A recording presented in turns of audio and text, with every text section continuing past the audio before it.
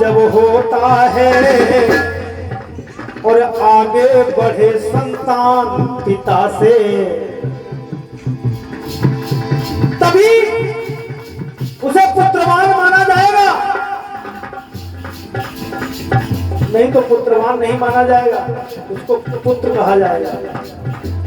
जो अपने पिता की विरासत को न संभाल पाए तो उसे पुत्र नहीं कहा जाएगा, उसे पुत्र कहा जाएगा।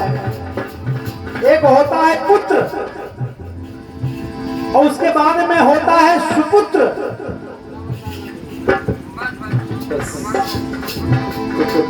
तो इसके लिए अगर धर्मात्मा है, पुत्र अगर धर्मात्मा हो गया और पुत्र ने अगर अपने पिता की संपत्ति को बढ़ाया, उनके यश को बढ़ाया, तो निश्चित समझ लीजिए कि पिता पुण्य का भागी होता, अरे पुत्रवान जब होता है और आगे बढ़े संतान पिता से, तो धर्मवान जब होता। कहते जिसके घर में धर्मशाली पुत्र पैदा होता है तो उसकी 21 पीढ़ियां तर जाती हैं,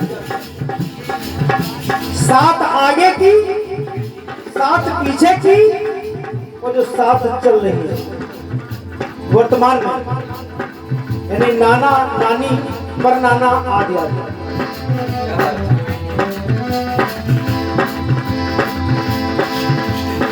लेकिन होता कब है, ऐसा कब होता है, ये चमत्कार तब होता है, सुनिएगा, कि बाढ़े पुत्र पिता के धर्मा,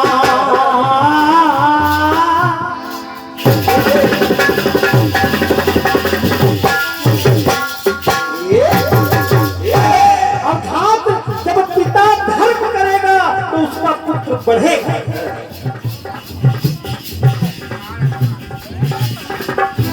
कि बाढ़ है तो आप लोग भी खूब धर्म करिए, अगर आप धर्म करेंगे तो मेरा ये चैलेंज है इस धर्म मंच के माध्यम से कि आपकी जो संपत्ति है वो बहुत आगे तक जाएगी, लेकिन आपको धर्म करना पड़ेगा।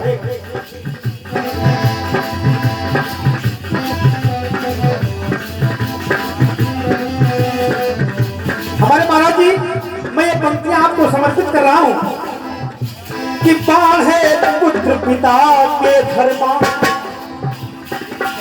आज हमारे महाराज श्री जिनके पिता ने धर्म किया और आज उन्होंने धर्म किया तो उनके पुत्र ने आज धर्म का बीज बो दिया आप लोगों के बीच में। तालियां बजाइए आप लोग। कि बाढ़े पुत्र पिता के धर्मा, मतलब यदि सत्यवान जब होता है और आगे बढ़े संतान पिता से, धर्मवान जब होता है, आगे बढ़े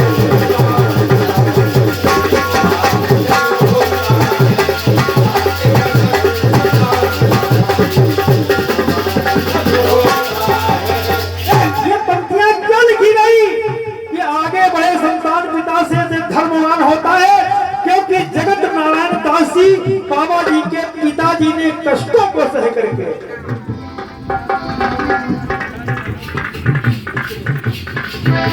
जगत नारायण जी बाबा जी जिन्होंने इस ऊसर की भूमि में पुण्य के बीज बो दिए। महाराज जी, इसी तरह एक बार गुरु महाराज ने भी पुण्य का बीज बोया था। जब ब्रह्मा की यहाँ पे एक वेदी थी, उस पूरी क्षेत्र में उन्होंने पुण्य के बीज बोए थे, इसीलिए वहां पे धर्म युद्ध हुआ।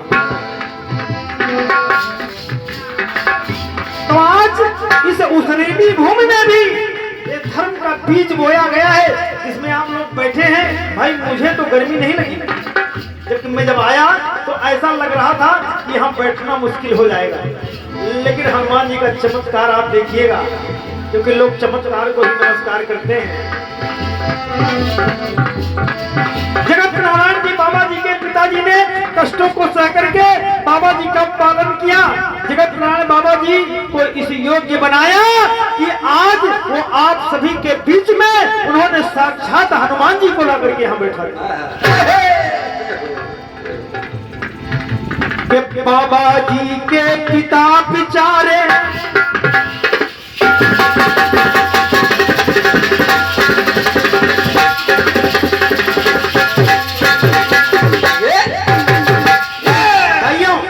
पिता वो है जो कहता कुछ नहीं है, सहता जाता है। पिता के कंधे बड़े मजबूत होते हैं और वही पिता अपनी संतान के लिए क्या क्या नहीं करता है। तो वही जो हमारे बाबा जगत नारायण जी के पिताजी थे, उन्होंने बहुत कष्ट झेले और बहुत कष्ट झेलने के बाद में ऐसे धर्मवान पुरुष को जन्म दिया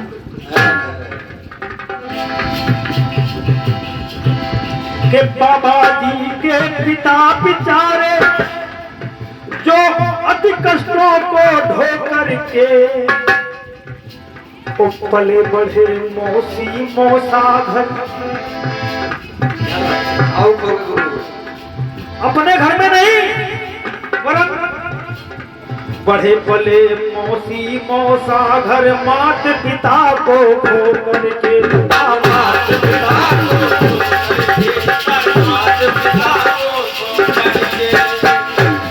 उसी समय कि 35 वर्ष व्यतीत हुए कि 35 वर्ष में हुई थी शादी, कुल का अमर चराग जला। किंतु तभी पत्नी से बिछड़े पल में खिलता बाग जला।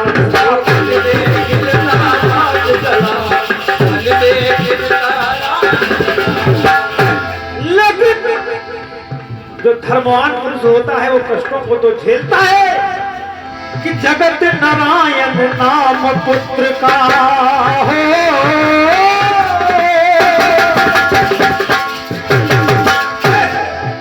और जगत नारायण हमको दे देना।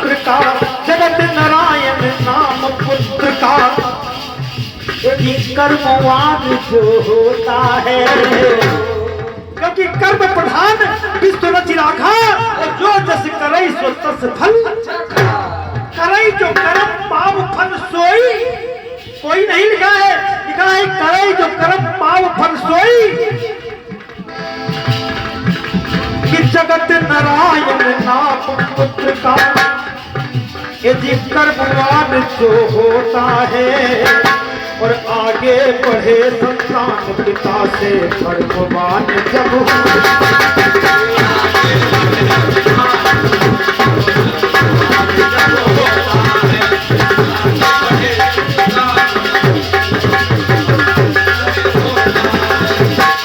अगर इस जीवन में धर्म नहीं है, व्यक्ति धर्मवान नहीं है, कर्मवान नहीं है, तो कहते हैं कि तिनते खर सूकर स्वान भले, जनता बस मुख से कहें कछुए, तुलसी जहि राम सुने हो नहीं सो सही पशु पूछ विषान न द्वे। जननी कत भार सही दसमास, भई किन बांध गई किन चे, और जरि जाओ सुजीवन जान की नाथ जिए जग में तुम्हारो। इसलिए कहना है कि माया मोह से दूर हो गए,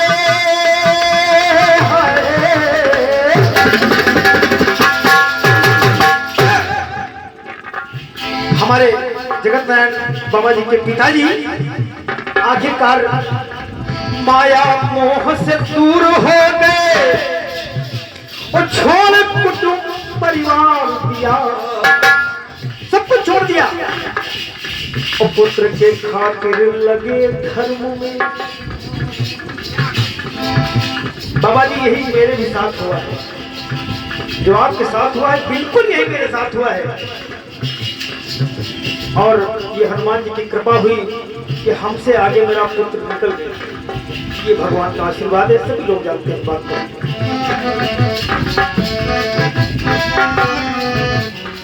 और अब यह जीवन भी धर्म के खातिर कुर्बान है।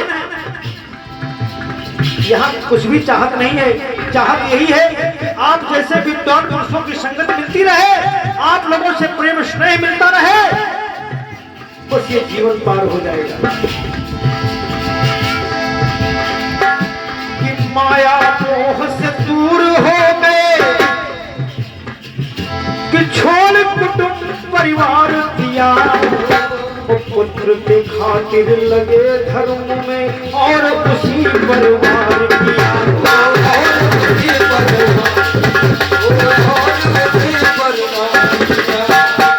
एक बार की बात है कि हमारे जगत नारायण बाबा जी के पिताजी भोजन कर रहे थे। एक बार करते थे भोजन तो वेद शास्त्र का ध्यान किया।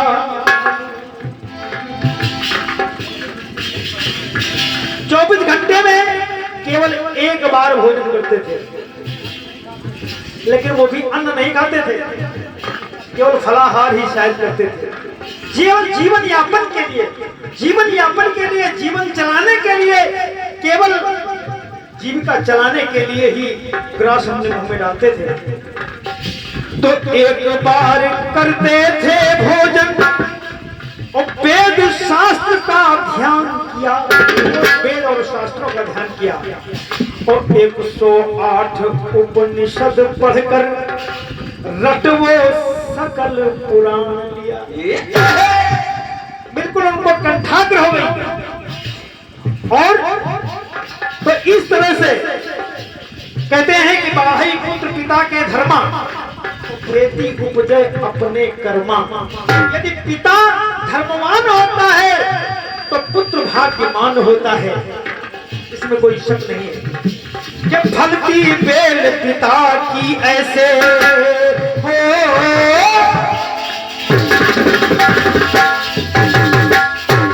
क्योंकि जो धर्म की बेल है वो कभी कुमलाती नहीं है, धर्म की बेल सदा फलती रहती है। ऐसा हमारे पुराणों में लिखा है कि फलती बेल पिता की ऐसे श्रद्धावान जो होता है और आगे बढ़े संतान पिता से भगवान जब होता है।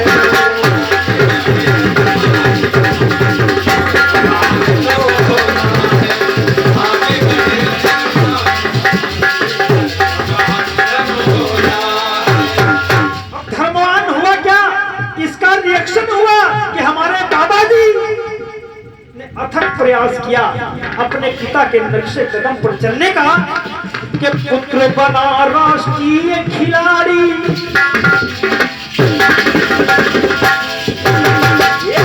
हमारे बाबा जी राष्ट्रीय खिलाड़ी बन गए पिता के आशीर्वाद से कि पुत्र बना राष्ट्रीय खिलाड़ी। तो फिर है पुलिस विभाग मिला,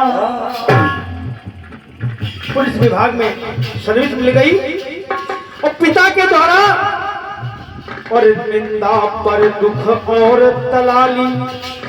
वैसे पुलिस वाले बदनाम होते हैं, लेकिन इसी तरह चंदन विश्व व्यापक नहीं लपटे रहत भुजंग। यही तो परीक्षा होती है कि हम वहां रह करके भी उससे अछूते हो जाए। ये पिता का आशीर्वाद मिल गया आपको कि निंदा पर दुख और तलाली उनके द्वारा त्याग मिला, उनके द्वारा।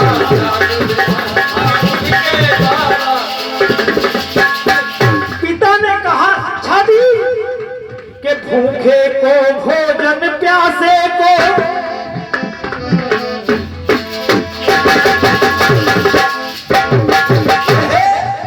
हमारे बाबा जी के पिताजी ने कहा कि भूखे को भोजन प्यासे को पानी का उपदेश मिला।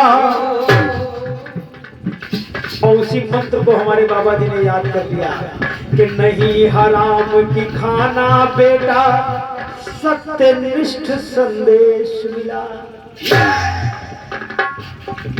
तो ऐसी शिक्षा वो देता है, यही तो पिता है, यही पिता को करना भी चाहिए। वो ऐसी शिक्षा कौन देता है कि ऐसी शिक्षा वो देता है। अरे नीतिवान जो होता है, मानस में लिखा है कि करई अनीति जाई नहीं परनी सीधे विप्रधेनु सुरवती। अनीति कहा करई अनीत जाए, अनीति का कोई वर्णन नहीं है, पता नहीं कितने समय क्या कर दे, लेकिन नीति में तो नीति होती है, नीति पे चलने में सामने उसकी कोई न कोई गरिमा होती है। तो ऐसी शिक्षा कहा भूखे को भोजन प्यासे को ए जी पानी का उपदेश मिला। महाराज एक बात और है, हमें ध्यान आया कि लोग कहते हैं 14 रत्न है, मैं कहता हूँ 14 रत्न नहीं, केवल 3 रत्न है। 14 रत्न तो इसलिए है कि उनके समान कोई नहीं है, लेकिन रत्न तो केवल 3 है।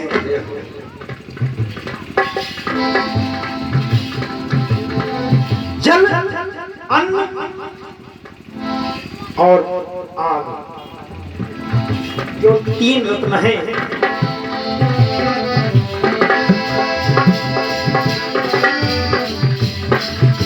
तो के भूखे को भोजन प्यासे को और पानी का उपदेश मिला, और नहीं हराम की खाना बेटा सत्यनिष्ठ संदेश मिला।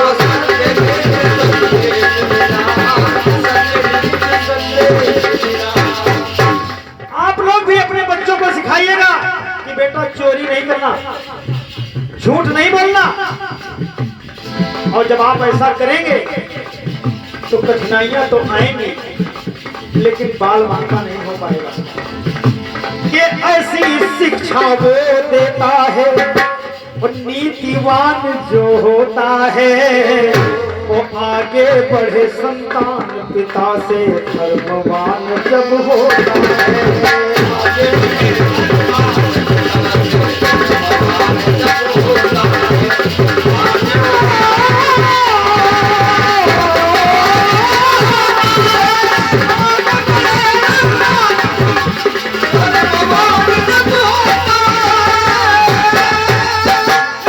आगे पंक्ति सुनिएगा, इस संसार में आकर के गृहस्थ आश्रम से बड़ा कोई आश्रम नहीं है, इससे बड़ा कोई आश्रम नहीं है, सारे आश्रम इसी के द्वारा संचालित होते हैं। अगर गृहस्थ आश्रम नहीं होता तो कोई आश्रम नहीं होते।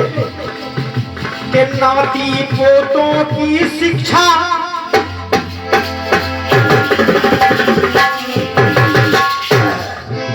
के नाती पोतों की शिक्षा और वैवाहिक संस्कार किया, और नहीं किसी के घर में खाया, और भीषण प्रणय धार लिया।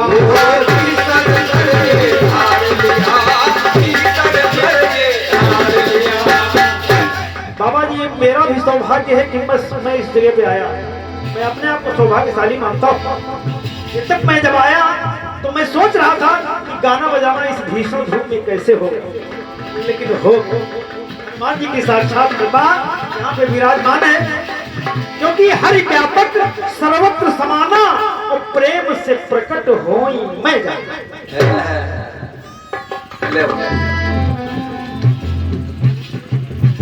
एक छोटी सी बच्ची जो माता का स्वरूप है, ये आपके द्वारा 21 पत्र पृथ्वी है, मैं उस नन्ही बच्ची से आशीर्वाद की कामना करता हूँ और कहना चाहूंगा कि आप लोग भी ऐसा करिए कि सारे कामों को करते हुए राम राम का जाप करिए, और अगर आपको कोई कष्ट है, आपको भोजन नहीं मिलता है, तो आप शिव मोहन बाबा धाम में आइए, आपके भोजन की व्यवस्था की जाएगी। अगर आपके पास में कपड़े नहीं है तन ढकने के लिए, तो आप लोगों को कपड़ा मिलेगा। आपकी तबीयत खराब है, आपकी वो भी व्यवस्था की जाएगी, लेकिन आकर के आप सच्चे भाव से बाबा के दरबार में अपनी अर्जी लगाइए बस, क्योंकि हरि व्यापक सर्वत्र समाना और प्रेम से प्रकट होई मैं जाना। ये ना हो जाए कि आप लोग झूठे मूठ लड़की की जो है वो शादी करनी है, बाबा हमको 20,000 रुपए दे दो, ये नहीं। अगर लड़की की शादी करनी है तो आप आइए हनुमान जी के दरबार में रोइए। जब आप हनुमान जी के दरबार में रोएंगे, बाबा के दरबार में अपनी फरियाद लगाएंगे, तो बाबा आपकी फरियाद सुनेंगे, इसमें कोई शक नहीं। ये सुमन लाल समाधा की तरफ से ये 51 पत्र मुदाय पृथ्वी है, मैं हृदय से आपको बहुत बहुत धन्यवाद देता हूँ। बाबा आपके संग रहें। इस कहानी को सुन करके आप लोग, एक कहानी नहीं है वरन जीवन जीने का ये ढंग है। ऐसा जीवन होना चाहिए क्योंकि जीवन एक संघर्ष है। कि नाती पोतों की शिक्षा और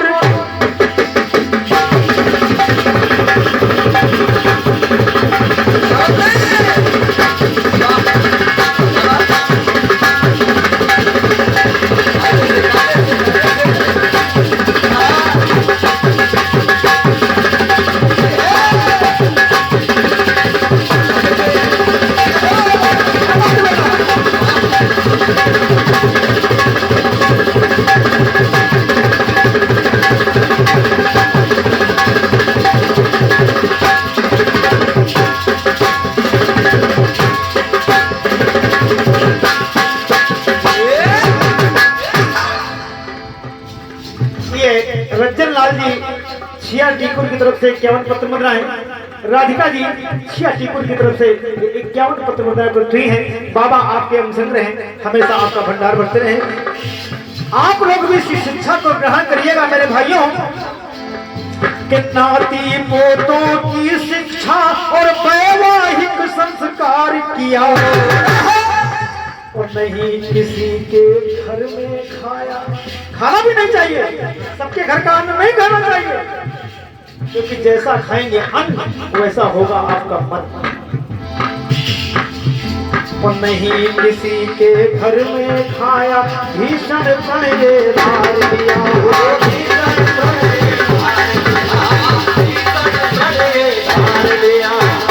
और किया क्या? पंचमुखी हनुमान स्थापित। अपना मकान तो सभी बनाते हैं, लेकिन आपने हनुमान जी को स्थापित किया जो कि ज्ञानी नाम अग्रगण्यम है। सुमति निवार कुमति निवार सुमति के संगी। अगर सुमति लेना है, कुमति को मिटाना है, तो आपको हनुमान जी की शरण में जाना पड़ेगा। सब सुख रहे तुम्हारी शरणा और तुम रक्षक काहू को डरना। संकट कटे, संकट कटता भी है, संकट कटे और मिटे सब पीरा जो सुमिरे हनुमत बलवीरा। तो एक बात और है, गुरु आप किसी को न बनाए, गुरु आप केवल हनुमान जी को बनाए, क्योंकि जय जय है हनुमान गोसाई, कृपा करो गुरुदेव। तो ये पंचमुखी हनुमान स्थापित और राम दरबार कहा। और एक और संकल्प लिया महाराज जी ने कि गौ और वृद्धों की सेवा का स्वयं संभालो भार कहा। भाई आप लोग गौ जो खोल देते हैं, दूध तो खा लेते हैं, लेकिन जैसे ही दूध खत्म हुआ वैसे उनको छोड़ देते हैं। ये बहुत गलत बात है, क्योंकि बेटी और गाय बहुत सोच समझ करके देना चाहिए, क्योंकि गाय जहां जाएगी आपको बहुत कष्ट होगा। बेटी का विवाह अगर आपने सोच समझ के नहीं किया, अगर उसे दुख मिला तो आपको भी महान दुख मिलेगा। तो इसके लिए आज ये जो चल रहा है कि लोगों ने गाय पाल लिया और गाय पालने के बाद दूध तो खा लिया, लेकिन गौ माता को बाहर कर दिया, ये सबसे गलत बात है। श्री आदित्य त्रिपाठी जी, आपने ये 51 पत्र मुद्राएं दिया है, मैं आपको बहुत बहुत धन्यवाद देता हूँ, आशीर्वाद की कामना करता हूँ। और जिस वैष्णव के घर में अगर गाय नहीं है तो समझ लेना कि वो वैष्णव का घर नहीं है। और जिसके घर में पुत्री का जन्म नहीं हुआ वो घर भी सूना है, क्योंकि जब एक पुत्री का जन्म होता है तो उसके घर में यज्ञ का प्रादुर्भाव हो जाता है। ऐसा हमारे पुराण वेद कहते हैं कि गौ और वृद्धों की पंचमुखी हनुमान स्थापित और नाम दरबार कहा, गौ और वृद्धों की सेवा का स्वयं संभालो, स्वयं संभालो,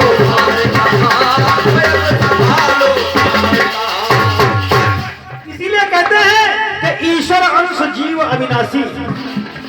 ईश्वर का अंश हर जगह पे है, हर जीव में है। देखिए, एक होता है सावरण ब्रह्म, एक होता है आवरण ब्रह्म। जो हमारे आपके अंदर ब्रह्म बैठा है वो आवरण में है, और जो मूर्ति में बैठा है वो सावरण है। उस आवरण को हटाने के लिए आपको भक्ति करनी पड़ेगी, और जब आप भक्ति करेंगे, लेकिन कैसे? ज्ञान और वैराग्य के साथ, तब वो भक्ति मानी जाएगी। कि परमात्मा में मिली आत्मा,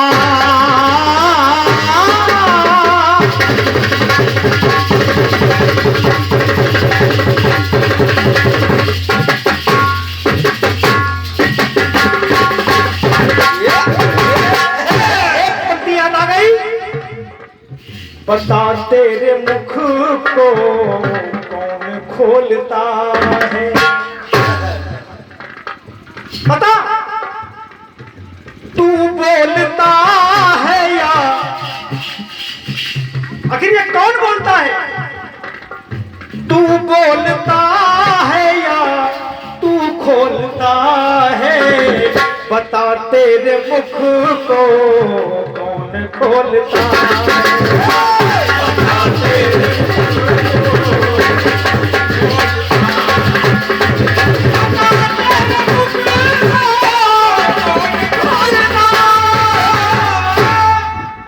ये आवाज कहां से आती है?